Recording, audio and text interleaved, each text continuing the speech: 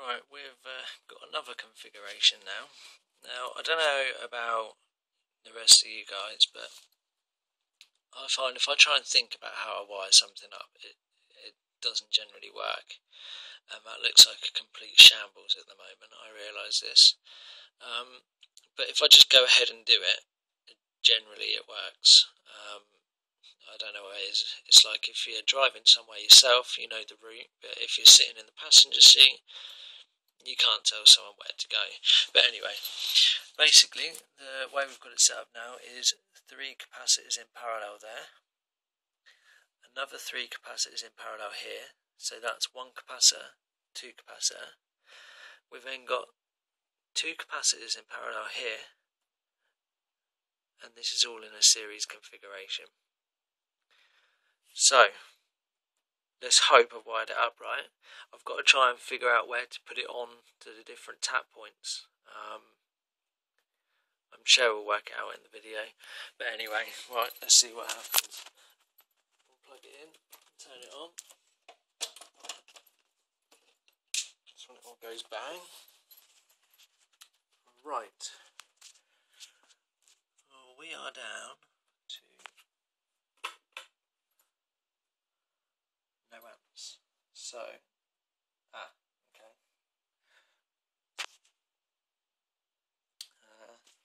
I don't really want to touch this particularly because my clip had come off. Right, so we're down to 10.4 amps, which is running off those 3 capacitors there. Then we're going to go from the 10.4 to the end of the next 3 capacitors, which is this one, because it runs in series with the next lot. So theoretically, right, we've now got 8. That is a lot better. That is a lot more what I'm looking for. So, after the set of 3, we're now going to go to the end of the set of 2. So we've got 3 in parallel, 3 in parallel, 2 in parallel, in a series configuration to give 5.5. I have a funny feeling that it's going to have to be 333, because that's probably a bit low. But to be honest, I think I can probably live with that. And we'll take it to the last class. I mean, it's still actually boiling the kettle there, so it's running at about 1,500 watts there. I'll put it onto the last capacitor. So you've now got 3, 3, 2. So you've got 33 UF, 33 UF,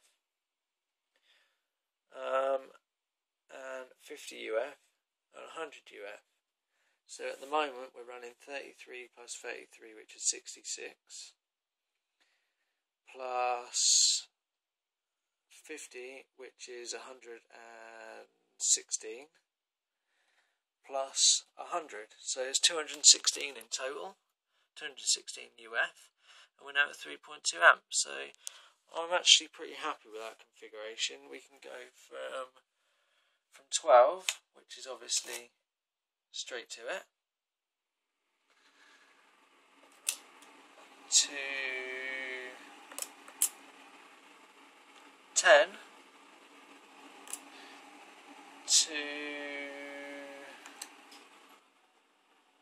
8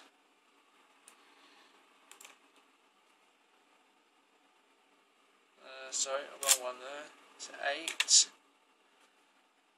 to 5.5, and lastly 3. So yeah, I'm pretty chuffed with that.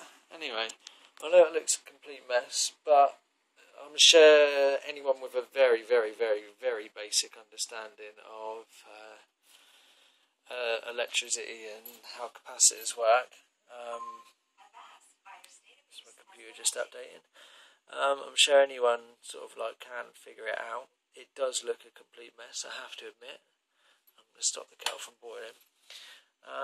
But yeah, I'm actually pretty happy with that. Now obviously I'm not going to just leave that like that. To be honest, that is going to be left like that so that I don't forget how I've got it set up, so how I want it set up.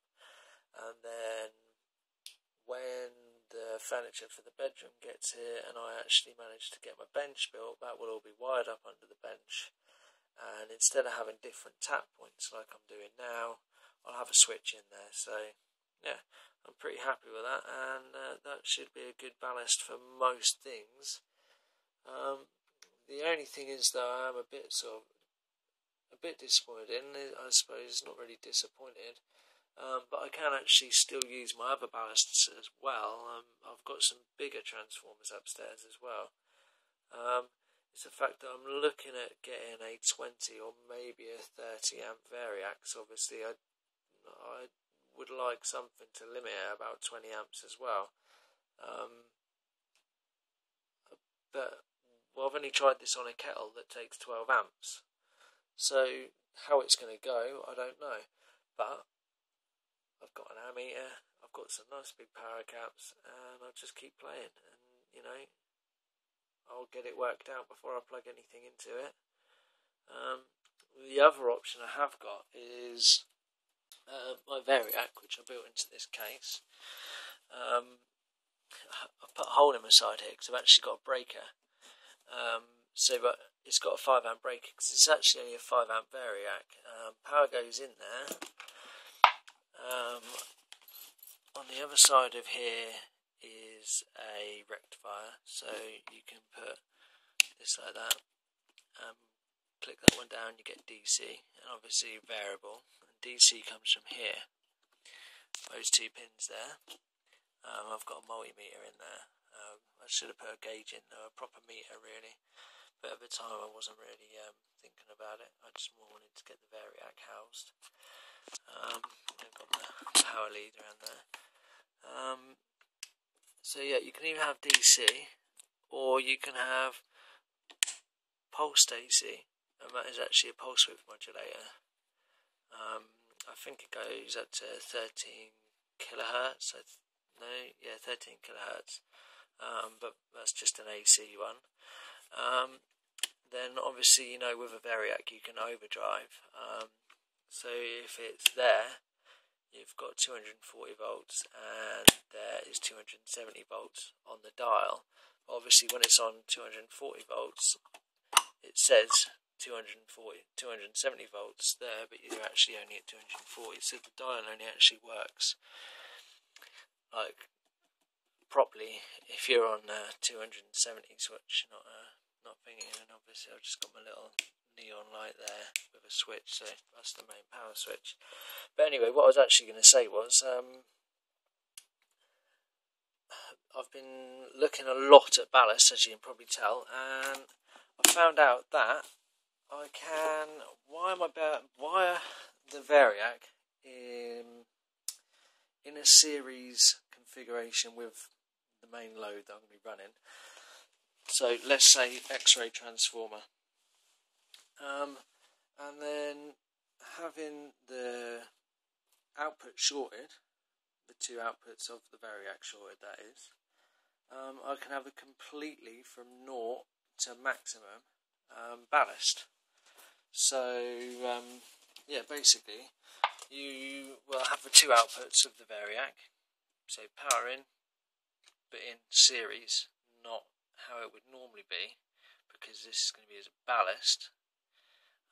And then basically when you're down here you won't be able to draw any current at all, hardly. And obviously the more you turn it up, the more current it will allow you to draw. I'm pretty certain it's that way around. It might be the other way around. The lower it goes, the more current you'll be able to draw. I think that might be the way actually, but that's what I've been sort of reading into. So again, if anyone's got any information on that as well, that would be mostly appreciated. But yeah, I think that's the end of my ramble. I'm going to turn this off and short out these caps, because I don't really want to be getting, as you can see, there's quite a bit of charge in these caps, and I don't really want to be getting that in the hand. It could be quite nasty.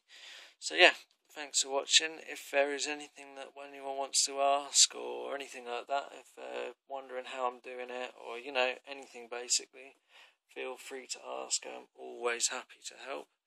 Thanks for watching.